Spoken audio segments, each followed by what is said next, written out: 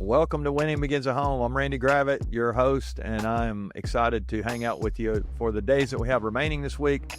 Hope you took some time yesterday really to reflect on the people who sacrificed their lives.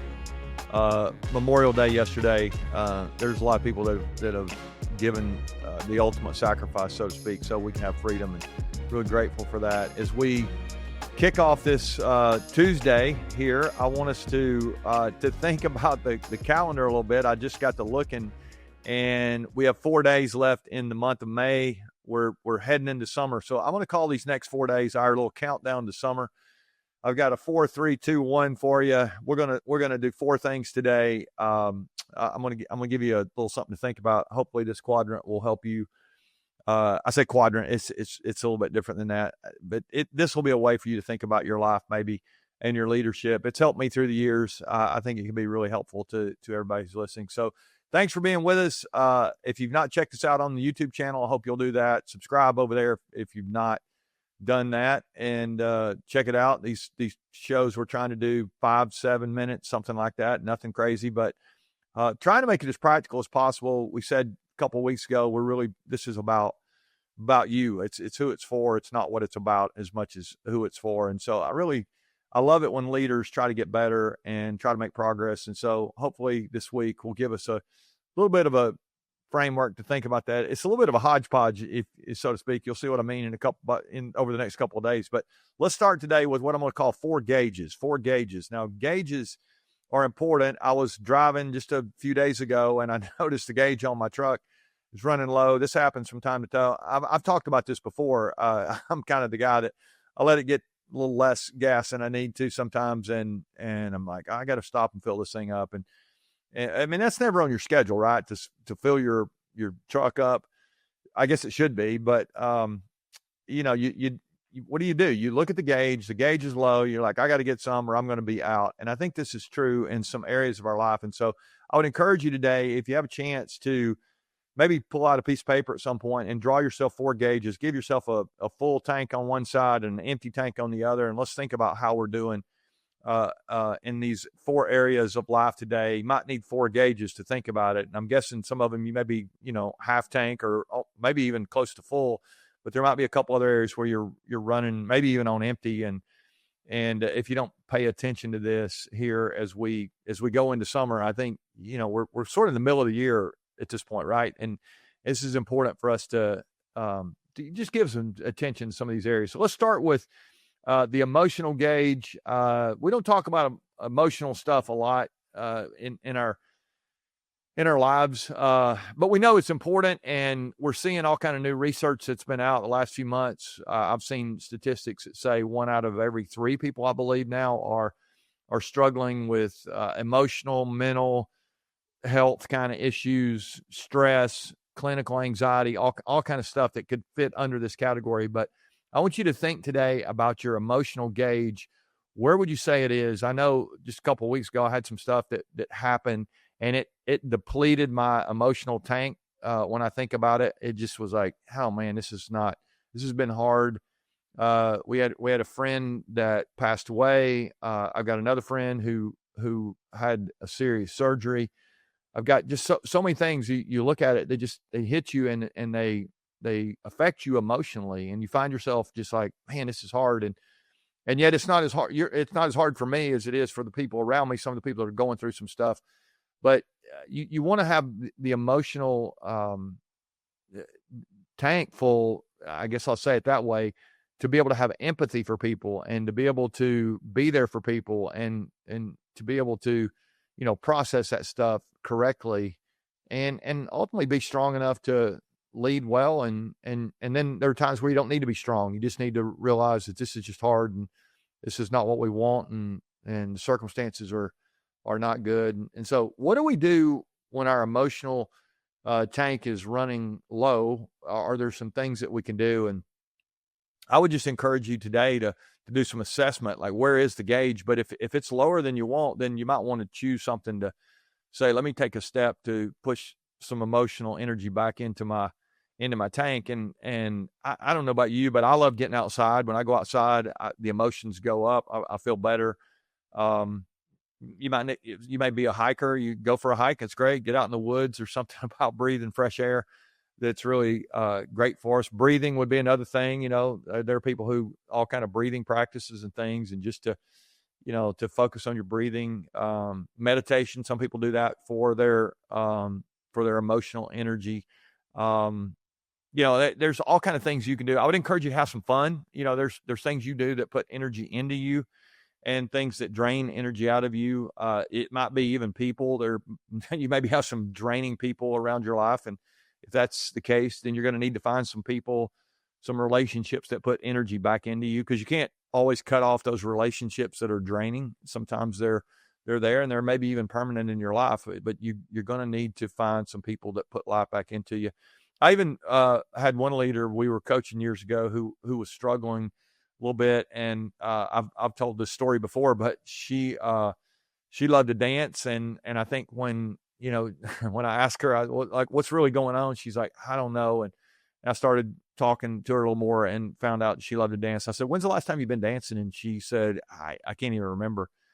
And her assignment for that week was just go dancing. It was amazing how that one act of something that she was passionate about just put energy back into her. So today, gauge number one, your emotional gauge. How are you doing, and what do you need to do to take a step to put some energy back into that? Okay, tied to that pretty closely maybe is our physical gauge. We don't always think our emotions and our physical, the way we take care of ourselves physically are tied together, but there's research out that shows that they really are. And when we're doing the right things physically, it actually helps us be less depressed, experience less anxiety, all those kind of things that would, even our mental and emotional health goes up when we are doing the things that we should be physically. It won't solve everything. I'm certainly not a doctor, and if you have clinical things going on from a mental health standpoint, go find the help you need. But there's sometimes that we have control over some things, and if we don't do those things, we shouldn't be surprised that we don't feel as good as we want to emotionally. It really is tied to our physical bodies. And so what are some things when you think about your gauge there? If your gauge, let's say you're not quite brimming over the top. Most of the people I know who they would always say, there's some things I need to do to take better care of myself. Most of us would fall into that category. If you're running low there, some of you may be very depleted. You may be exhausted. You may be tired. I would encourage you to identify that, and then to take a step. What are some things we can do there? I'd say number one might be to assess your sleep. How are you doing there? It's one of the things I've been tracking this year, and it's amazing when you start paying attention to how much you're really sleeping and the quality of your sleep. It can be very eye-opening. If you're not getting enough rest, I promise you, physically, you won't feel as well as you can. And again, it's tied back to that emotional side too. I think hydration is big. I've talked about that here before, but I think if you're not drinking, water like you should be, and hydrating every day like you need to be, if you're, alcohol, coffee, all those things they're liquid, but they're actually hurting our hydration. They're causing us to be dehydrated. Most people are pretty dehydrated. And so that would be one that I would encourage you to take a look at. Your hydration might be something that you need to make an adjustment on.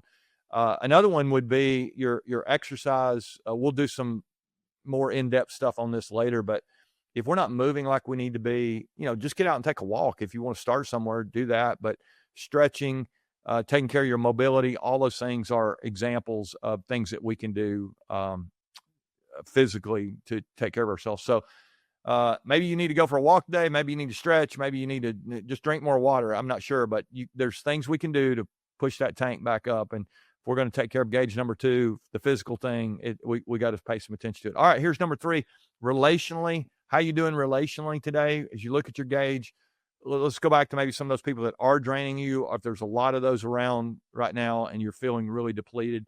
What are some things you can do there? Maybe you're doing great. I hope you are, but chances are you've got some draining relationships in your life. And so I just really would encourage you to think through who's toxic and who's negative and who's critical and who's cynical or who's always skeptical. And if you find yourself rubbing shoulders with these people, you're going to find it very easy to become negative yourself. And I say all the time, you can't go to a positive place if you have a negative mindset. And I think if you have negative people around you, the group of you are not going to go to a positive place either.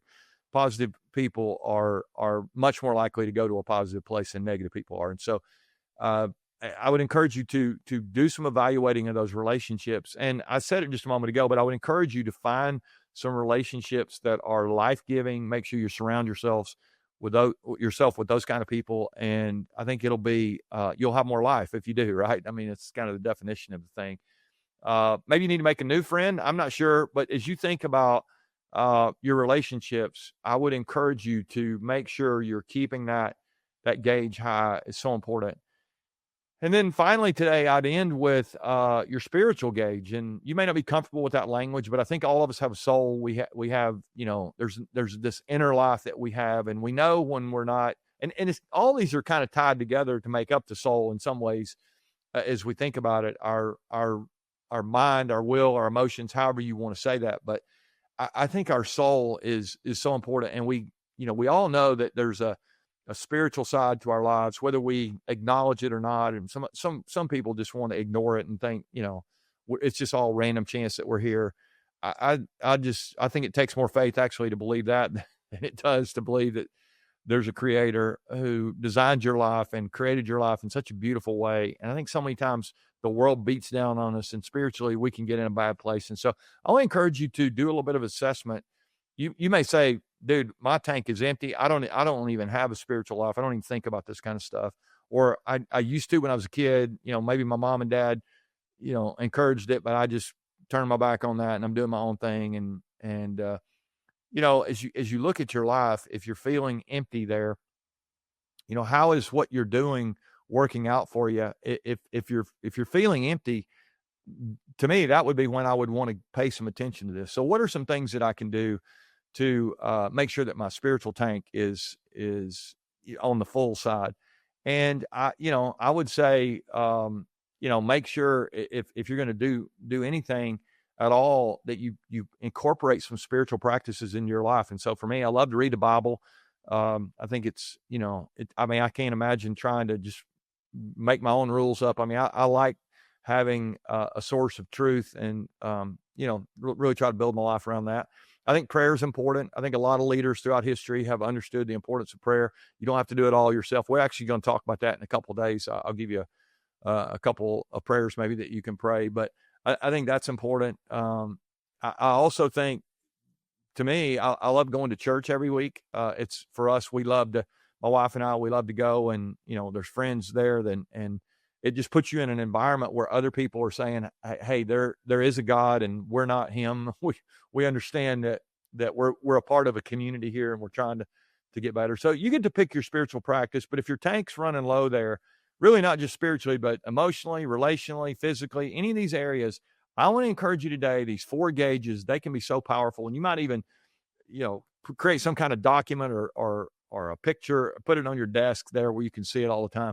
Keep coming back to these 4 gauges, because if you will be honest with yourself, you'll find that there are gaps that you can take simple steps toward closing. And if you'll do that, I think you're going to be in a much better place. So I'll leave that with you today. I got 3 things for you tomorrow. We're going to take a hard left turn tomorrow, and we're going to talk about some books tomorrow. So I hope you'll come back and join us for that. Also hope you'll share with your friends and family.